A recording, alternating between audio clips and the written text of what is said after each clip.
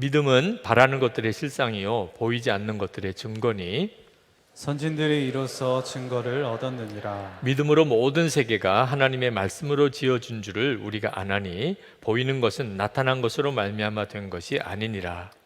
믿음으로 아벨은 가인보다 더 나은 제사를 하나님께 드림으로 의로운 자라 하시는 증거를 얻었으니 하나님이 그 예물에 대하여 증언하심이라.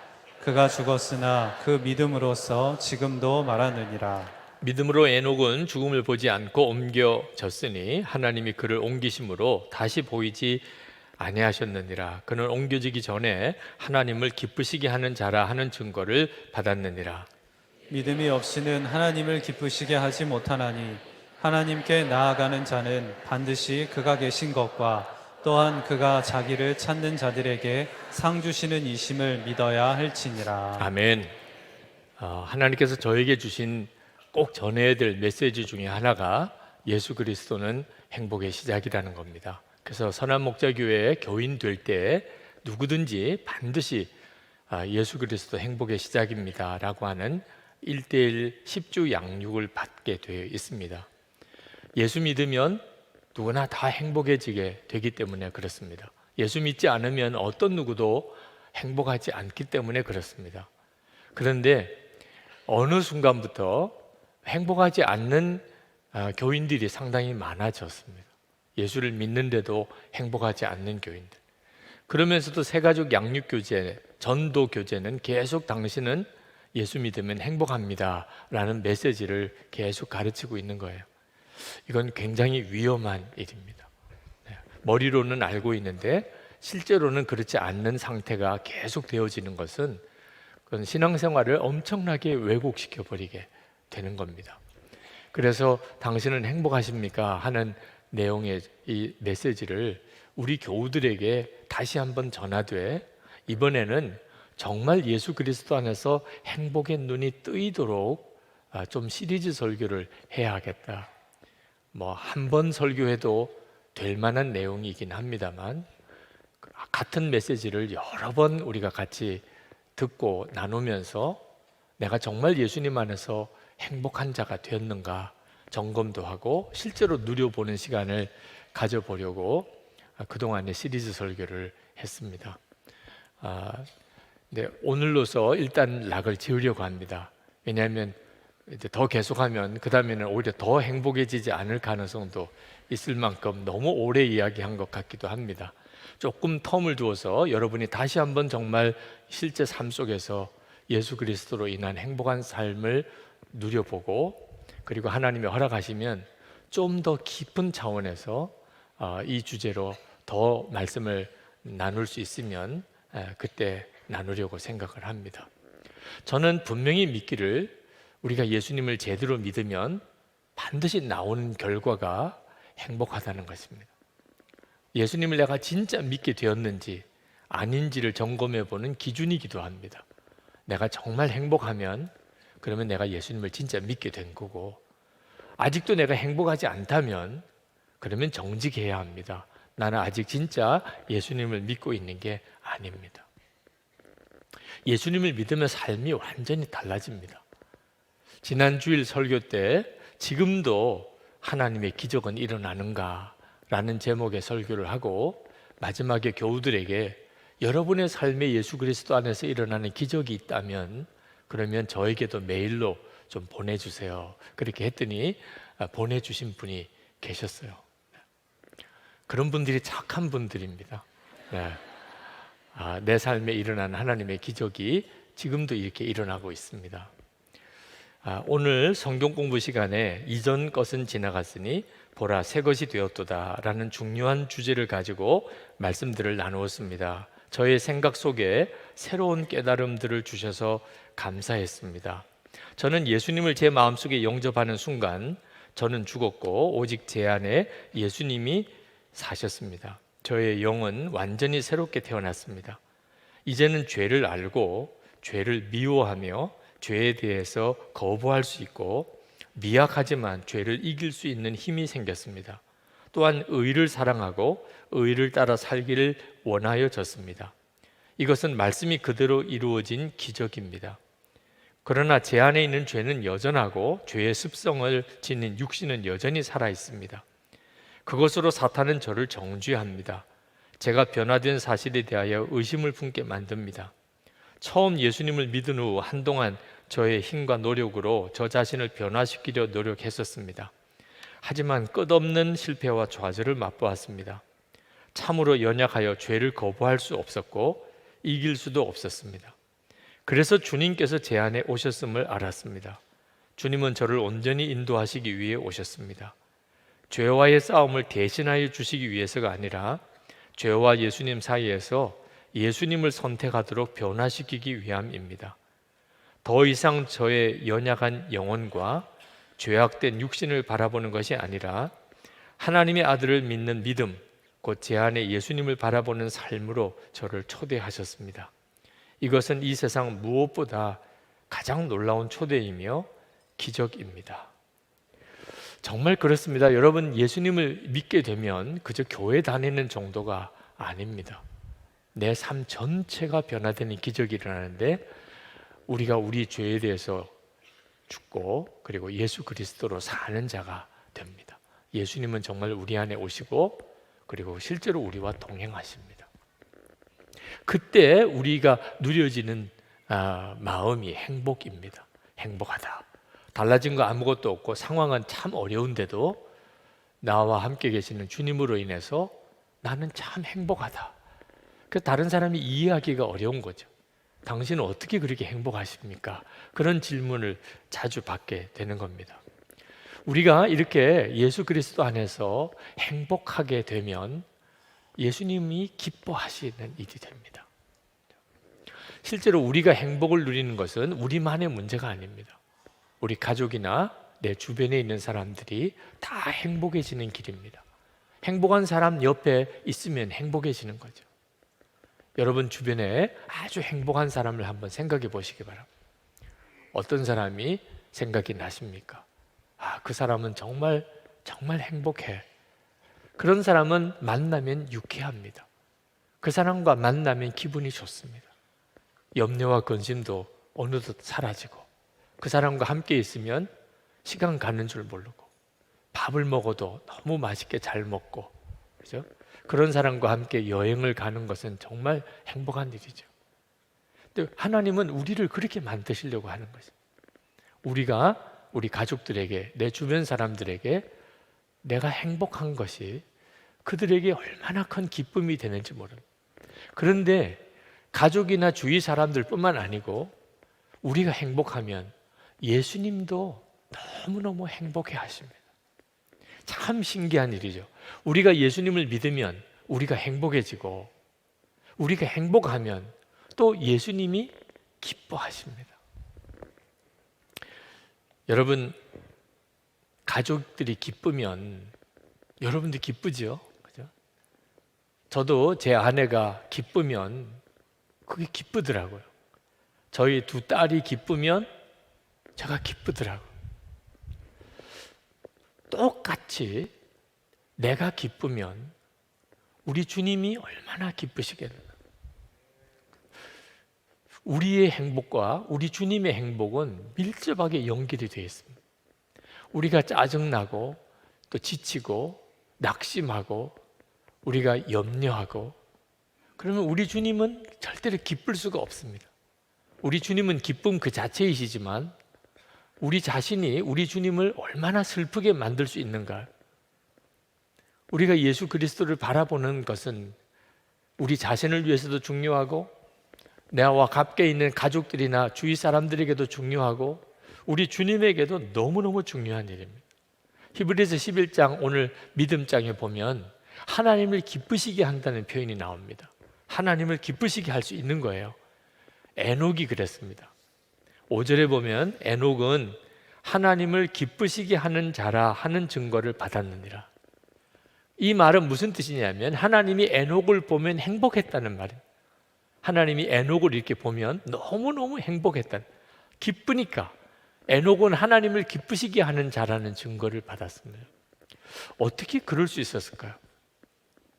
아주 어처구니 없을 정도로 간단합니다. 하나님을 믿은 거예요. 그리고 하나님을 갈망하는 겁니다. 그게 하나님을 기쁘시게 했다는 겁니다. 6절에 믿음이 없이는 하나님을 기쁘시게 하지 못하나니 하나님께 나아가는 자는 반드시 그가 계신 것과 또한 그가 자기를 찾는 자들에게 상 주시는 이심을 믿어야 할지니라. 보이지 않으시는 하나님이신데 하나님은 분명히 계시다. 그게 믿어지면 하나님이 너무너무 기뻐하신다. 세상에 이렇게 하나님을 기쁘시게 할 수 있는 방법이 간단할 수 있습니까? 내가 정말 하나님을 믿으면 하나님이 기뻐하신다는, 그리고 내가 그 하나님을 갈망하여 찾으면 그걸 하나님을 기뻐하신다. 어느 정도 기뻐하시냐면 상을 주신다고 그러셨어요. 얼마나 기쁘시면 그렇게까지 하셨겠습니까?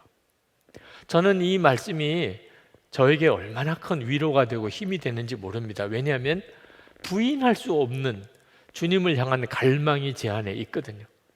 주님을 사모하는 마음, 주님과 정말 동행하고 싶은 마음, 계속 주님을 바라보고 싶은 마음, 주님을 더 알고 싶은 마음, 혹시 여러분들에게도 있습니까? 그건 정말 주님을 기쁘시게 하는 조건입니다. 그런 여러분을 보시는 것을 주님이 기뻐하시는 모양입니다. 여러분, 이 점을 놓치지 않으셔야 합니다. 우리가 주님을 기쁘시게 하면 그건 우리에게 말할 수 없는 복이라는 뜻입니다. 주님이 나를 보고 기뻐하시는데 내게 복이 안 될 수가 없죠. 그렇죠? 행복하지 않을 수가 없습니다. 법조인 모임에 한번 갔다가 젊은 변호사 한 분이 간증하시는 것을 들었습니다. 집사님이신 것 같아요.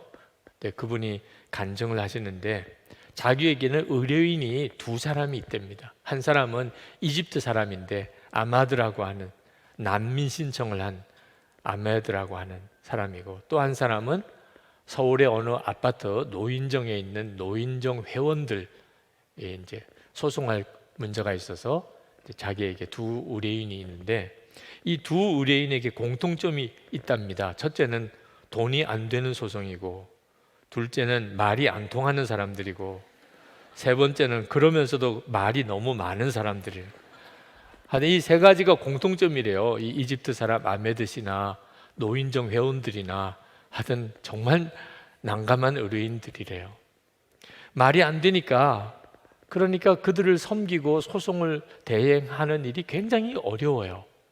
그런데도 자기에게 굉장히 중요한 신앙적인 교훈을 주어서 자기가 늘 은혜를 받고 있다는 겁니다. 그건 뭐냐면 그분들을 이렇게 만나면 너무너무 기분이 좋대요. 왜냐하면 무엇보다도 자기를 좋아하고, 그리고 자기를 진짜 믿고, 자기가 제일 훌륭한 변호사인 줄로 알고, 두 부류가 다 그렇다는 겁니다. 자기는 아주 젊고 이제 초임 변호사인데 그 사람들은 자기가 모든 문제를 다 해결해 줄 수 있는 줄로 생각하고, 그리고 자기를 만나는 것을 너무 기뻐하고 자기를 완전히 신뢰한다는 거죠. 그래서 그분들을 이렇게 만나면 하도 말도 안 되는 사람들이 있기 때문에 좀 고생은 하긴 합니다만 항상 돌아올 때쯤 되면 그렇게 자기가 기뻐해 있다는 걸 알게 됐다는 거예요. 그러면서 생각을 하게 됐다는 겁니다. 나를 보시는 주님도 내가 이렇게 하면 기쁘시겠다. 내가 문제도 많고 또 능력도 없지만 내가 정말 주님을 믿고, 내가 주님을 정말 좋아하고, 내가 정말 주님을 의지하면 그 자체가 주님의 기쁨이 되겠구나. 그걸 깨달았다는 거죠. 그래서 제가 참 마음이 감동이 되더라고요.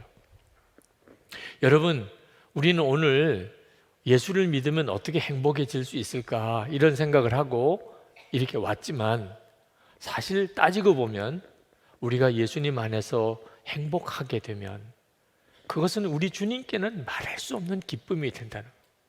우리가 우리 주님을 기쁘시게 할 만한 일을 할 만한 능력이 없어요. 우리가 무엇을 해야 우리 주님이 기쁘시겠습니까? 모든 걸 다 가지고 계시고 모든 능력의 주님이신데 우리가 주님을 위해서 해드릴 수 있는 게 뭐가 있겠어요? 그런데 예수님을 믿고 주님 안에 거하면서 우리가 행복하면, 그러면 우리 주님은 말할 수 없이 기쁘시다는 겁니다. 사무엘상 1장을 보면 한나가 아들을 낳지 못해서 금식하면서 하나님 앞에 나가서 기도하는 장면이 나옵니다. 얼마나 간절히 기도했는지 엘리 제사장이 술 취한 줄로 오해를 했을 정도. 그런데 그렇지 않고 아이 낳지 못한 것 때문에 하나님 앞에 정말 애통한 기도를 하는 것인 줄 알고 엘리 제사장이 미안해서 축복해 주었습니다. 근데 그 엘리 제사장의 축복 기도를 받은 후에 한나가 완전히 마음의 염려를 다 내려놓아 버렸어요. 하나님이 나에게 이제 아들을 주실 거다. 그렇게 또 그걸 믿은 거예요. 그렇게 믿는 것도 참 기적이죠. 이런 걸 믿어진다고 하는 겁니다. 그러나 한나는 믿어지는 걸 어떻게? 그날 엘리 제사장이 자기를 위해서 처음에는 술 취한 여자라고 책망하다가 오해한 줄 알고 그리고 자기를 위해서 축복 기도해 준 바로 그 순간에 하나님이 내게 아이를 주겠다. 이게 딱 믿어졌어요. 그리고는 더 이상 근심하고 염려하지 않았다고 그랬어요. 그걸 보시는 하나님은 얼마나 기뻤겠습니까? 한나가 아이 낳지 못하는 여인인데 더 이상 아이 낳지 못하는 것으로 인한 슬픔, 염려 싹 다 마음에 다 내려놓고 더 이상 걱정 안 해요. 그리고는 하나님이 아이를 주실 걸 믿었어요. 그걸 보시는 하나님이 얼마나 기쁘겠냐는 거예요. 우리가 하나님을 진짜 믿으면 하나님이 너무 기뻐하시는 거예요. 여러분, 소년 다윗이 물맷돌을 가지고 구척 거인 골리앗 앞에 나가서 만군의 여호와의 이름으로 내가 너에게 나아간다고 그렇게 소리치고 나갈 때 사실 그 주변에 있었던 사울 왕과 모든 형들과 그 이스라엘 군대들은요 다 가슴을 졸였습니다. 저 아이 불쌍하게 또 저렇게 죽는구나 그렇게 생각했어요. 상황이 그럴 수밖에 없는 상황입니다. 근데 그때 유일하게 그것을 본 하나님은 얼마나 기뻤겠어요. 이 소년 다윗이 하나님을 진짜 믿고 그리고 골리앗이 아무것도 아닌 것처럼 그렇게 여겨져요. 그러면서 그 골리앗 앞에 물맷돌을 들고 나가는 다윗을 보시는 하나님.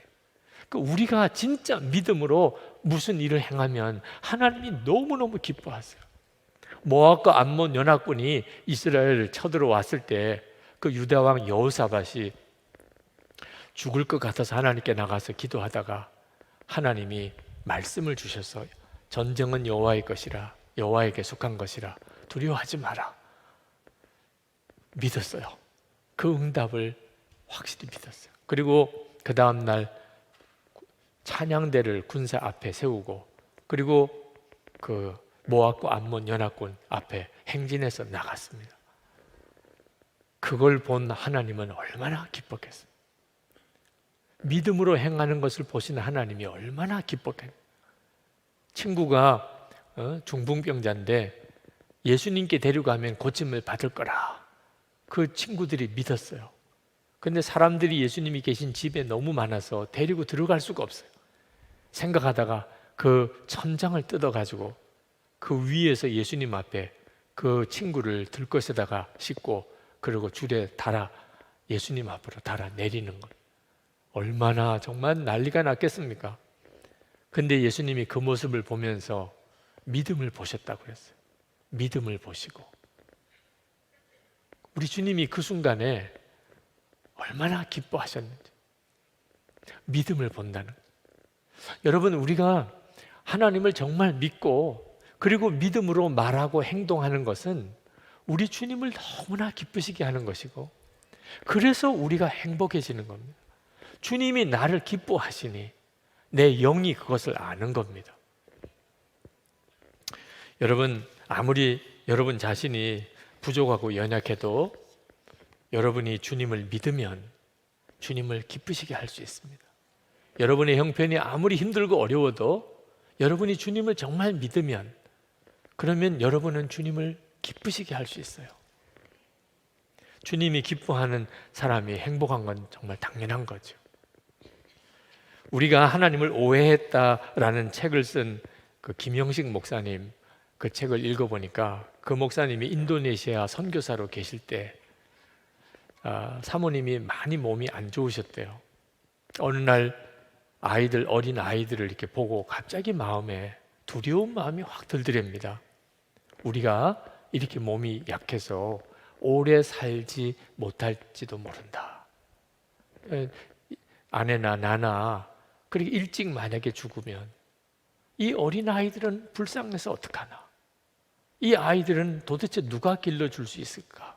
그런 생각이 탁 드는데 갑자기 내가 마음이 얼마나 슬프고 안타까운지 그 생각 때문에 한동안 어려움을 겪었대요. 근데 기도하는데 하나님께서 말씀을 주시더래요. 하나님이 하시는 일은 언제나 최선이고 언제나 완전한 것이다. 김영식 목사님이 마음으로부터 아멘. 하나님이 하시는 일은 언제나 최선이고 언제나 완전하시다.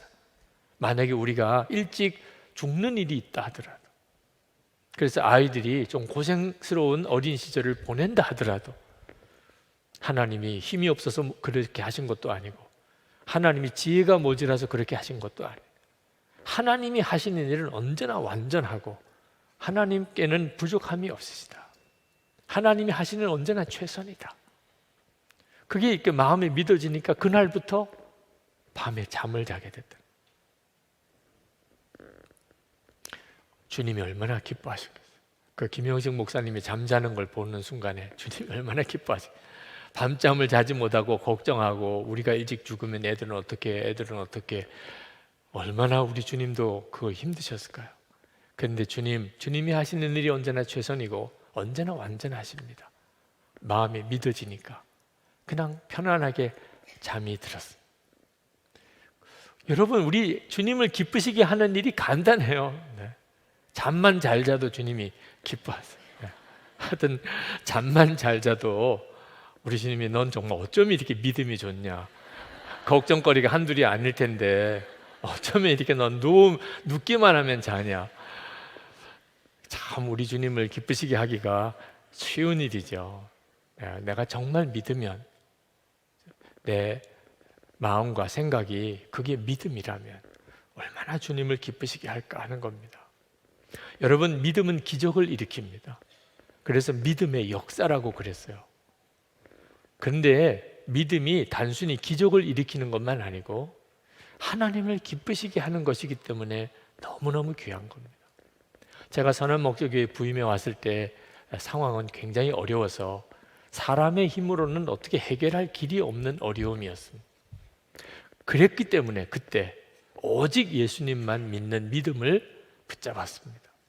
제 생애에 그만큼 절실하게 주 예수님만 붙잡은 적이 없고, 그래서 지금까지 우리 교회가 이렇게 24시간 주님을 바라보고 예수님과 동행하고 이렇게 지금 우리 모두가 다 믿음이 그 위에 서 있게 된 겁니다. 우리 교회가 너무 어려운 형편에 있었고, 그래서 오직 믿음이었고 그리고 오직 순종이었습니다. 그래서 하나님이 기적같이 교회의 어려운 문제를 풀어주시고 그리고 지금의 교회가 되게 하셨습니다. 그런데 교회의 형편이 좀 나아지면서 갑자기 오직 믿음이 약해지기 시작하는 것을 느꼈습니다. 교인도 많아지고 또 재정도 비교할 수 없이 더 풍성해졌는데도 한번 교회 건축 문제 때문에, 건축비 상환 때문에 고민하고 건축 헌금을 해야 되는 문제로 고민하는데 제가 교인 수를 세고 있는 것을 깨달았습니다. 우리 교인이, 출석 교인이 몇 명이고 등록 교인이 몇 명이고 한 사람이 100만 원씩 하면 전체가 얼마고, 이건 오직 믿음이 아니잖아요. 네. 다윗이 인구수 계수하다가 하나님 앞에 엄청난 사실 징계를 받았지 않습니까? 그때 주님이 저에게 다시 한번 너는 끝까지 오직 믿음이다. 상황과 형편이 어떠하든지 간에 너는 끝까지 오직 믿음. 목회자가 짓는 죄가 무슨 윤리적인 죄만 있는 게 아니더라고. 오직 믿음이 아닌 것도 죄더라고. 그래서 무서운 거예요. 죄 같지 않은 죄니까. 여러분도 마찬가지입니다. 예수를 믿어놓고 오직 믿음이 안 되고 오직 순종으로 살지 못하는 것이 사실은 죄예요. 오늘도 우리가 회개할 때, 보혈을 의지해서 기도할 때 우리가 행하지 않은 죄에 대한 기도도 했는데 성령께서 꼭 그 기도를 하게 하시더라고요. 오직 믿음으로 살지 않음, 오직 순종으로 살지 않는 게 죄입니다. 어느 순간에도 그렇습니다. 우리가 오직 믿음으로 오직 순종으로 살면 그러면 하나님이 기뻐하십니다. 하나님은 반드시 하나님의 사람을 그렇게 세우셨어요. 우리가 믿음으로 살기를 힘써야 합니다. 그러면 믿어지는 역사가 일어납니다. 처음에는 믿음으로 살려고 애를 쓰는 거예요. 믿음으로 살아보려고. 처음에는 그렇습니다. 그런데 어느 순간에 믿어지는 역사가 일어나요. 믿어지는 것은 진짜 강한 믿음입니다. 믿어지면 그 다음에는 염려 걱정 없습니다. 믿어지는데 무슨 걱정과 염려를 해요. 그런데 이 믿어지는 역사가 믿음으로 살려고 하는 사람에게 오는 것입니다. 유종옥 사모님 지난 5월에 우리 교회 집회에 오셔서 간증하신 내용을 제가 들었는데 그 처녀 시절에 사람들마다 다 그렇게 사목감이라고 그렇게 이야기를 했다는 겁니다. 참 자매는 사모가 되어야 된다고, 사모가 될 사람이라고. 그런데 결혼을 했는데 예수를 안 믿는 형제와 결혼을 했고, 그것도 아주 예수님을 핍박하는 형제와 결혼을 했고, 집안에서는 5남 1녀의 장손인 남자와 결혼을 했습니다. 그 유종옥 사모님의 어머님이 얼마나 그 결혼에 대해서 힘들어하고 처음에는 반대하셨는지, 그러다가 이제 결혼을 하게 되는 것이 결정되고 나니까 그 어머님이 그렇게 이야기를 하시더래요. 너는 시집을 가는 게 아니고 너는 선교사로 그 집에 파송을 받아 가는 거다. 너의 집을 다 구원해라. 그래서 그렇구나, 내가 결혼하는 것은 이 집에 선교사로 가는 거구나. 우리 시어머니와 시댁 식구들은 모든 민족이구나. 선교사니까. 네. 열방의 땅끝까지 간 거예요. 그래서 그때부터 시어머니와 시댁 식구들은 다 모든 민족이 되었습니다. 그러고 보니까 얼마나 불쌍한지, 예수 안 믿는 그 열방이 얼마나 불쌍한지. 그래서 열심히 정말 선교사의 사명을 살다가 10년 지나서 남편이 예수를 믿게 되고, 예수를 믿고 사람이 180도 바뀌어서 열심히 전도를 하고, 이렇게 좋은 예수님을 왜 이렇게 늦게 믿었는지 모르겠다고 그러다가 신학을 하고 목사가 되고 30년째 지금 목회를 하신다는 거죠. 여러분, 우리의 상황은 모두가 다 믿음을 쓰게 하나님이 만드신 상황입니다. 여러분이 그 점에 대해서 명확하셔야 돼요. 여러분이 지금 처해 있는 어떤 상황이든 어떤 형편이든지 믿음을 쓰라고 만들어 놓은 상황입니다. 그러니까 상황이 좋다, 나쁘다, 쉽다, 어렵다 그렇게 말하면 안 됩니다. 상황이 어려운 것이 오히려 더 우리에게 어울려요. 믿음을 쓰기에 딱 좋은 상황이니까. 많은 지금 성도들이 믿음이 참 약합니다.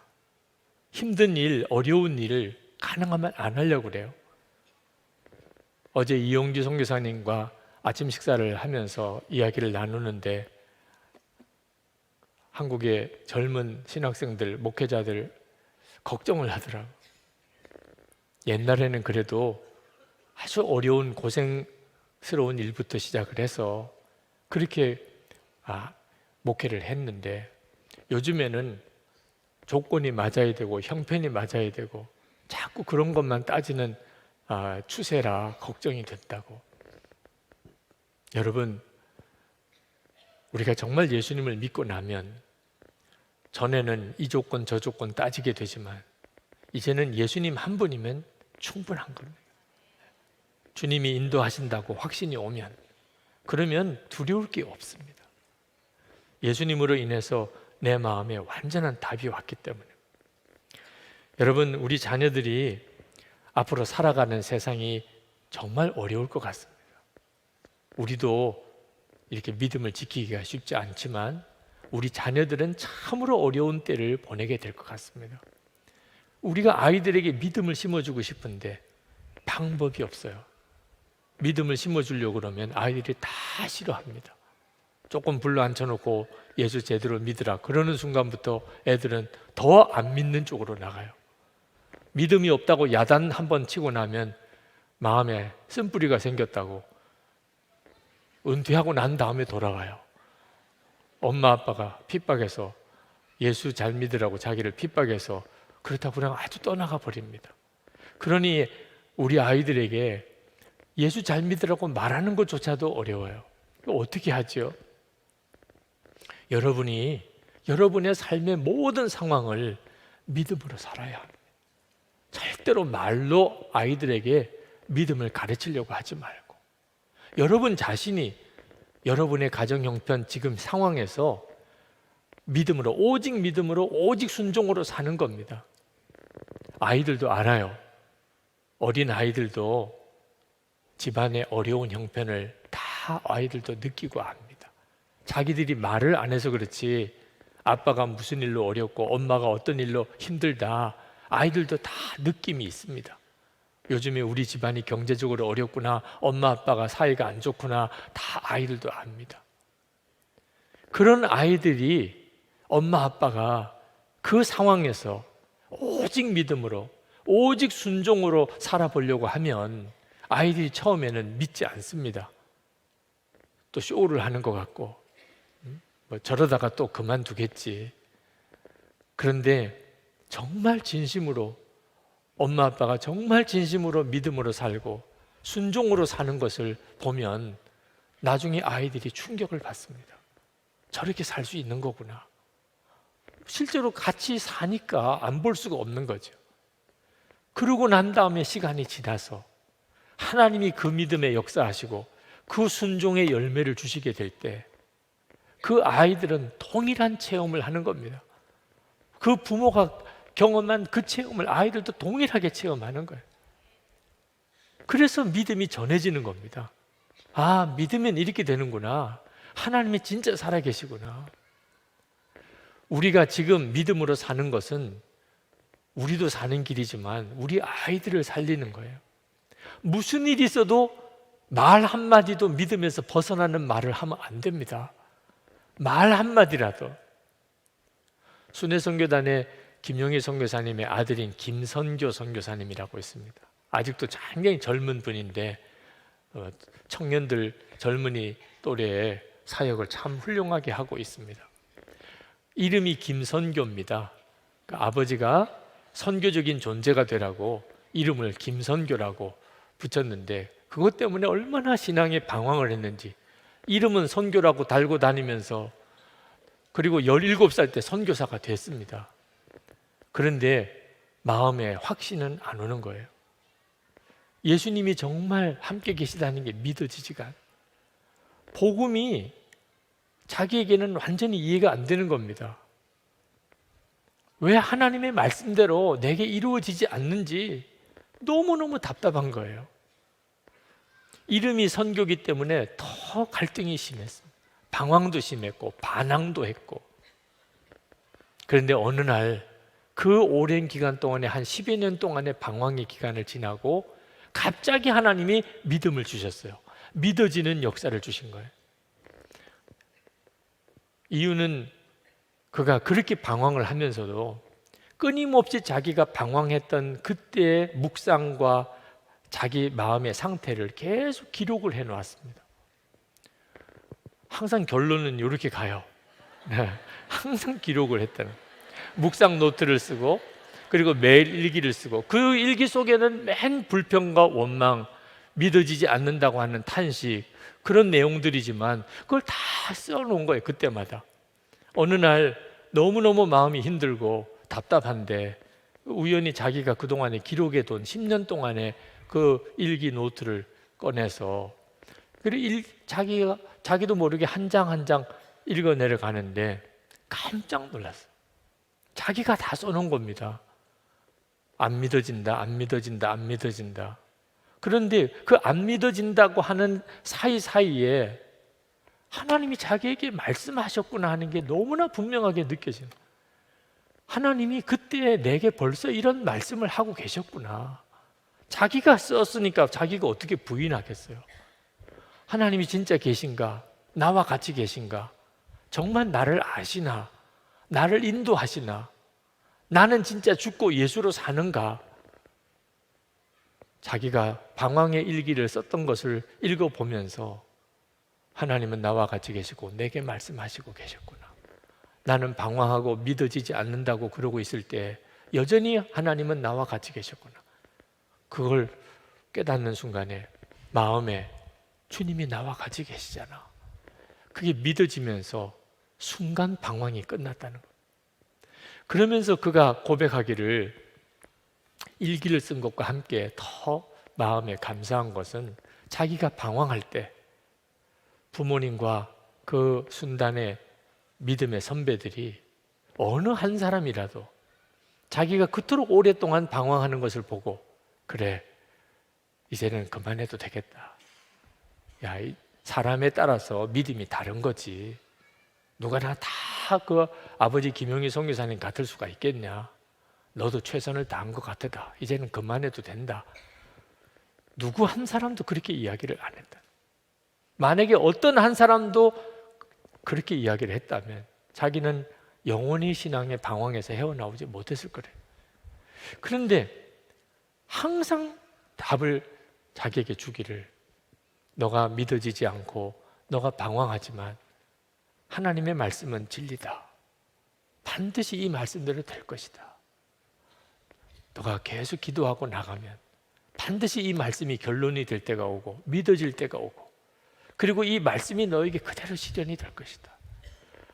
하여튼 자기가 방황하고 반항하고 할 때조차도 끝까지 그 믿음을 지켜줬다는 거예요.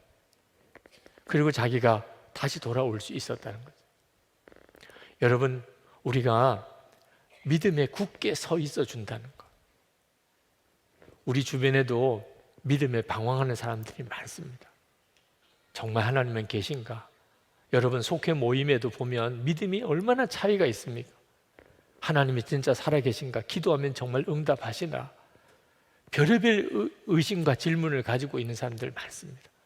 교회들에 들려오는 소식은 너무너무 기가 막히고, 그런데 그런 중에 이 사람은 진짜 믿네.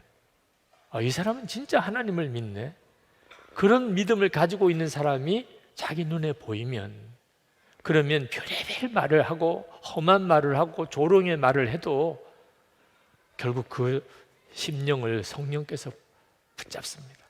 믿음의 사람을 통해서 그를 붙잡아요. 우리 자녀들이 그래야 되고, 우리 주변에 있는 우리 믿음의 사람들, 또 여러분 세상에 나가서 만나는 사람들 중에 그 속 중심은 누구도 알 수가 없습니다. 그가 겉으로는 그렇게 하나님을 대적하고 있지만 그 마음 중심에는 하나님을 찾고 있는 사람도 우리는 알 수가 없습니다. 그런데 우리가 진짜 믿음을 가지고 하나님을 믿고 그렇게 살아보려고 하고 나아가면 그들이 다 우리를 통해서 주를 만나게 되는 것입니다. 여러분, 말 한마디라도 믿음으로 할 수 있게 되기를 축복합니다.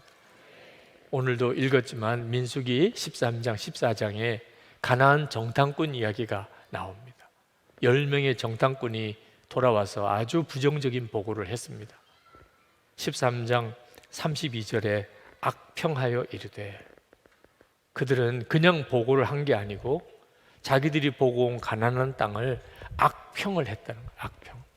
33절에는 우리는 스스로 보기에도 메뚜기 같으니 그들이 보기에도 그와 같았을 것이니라. 너무 과장을 하는 거예요.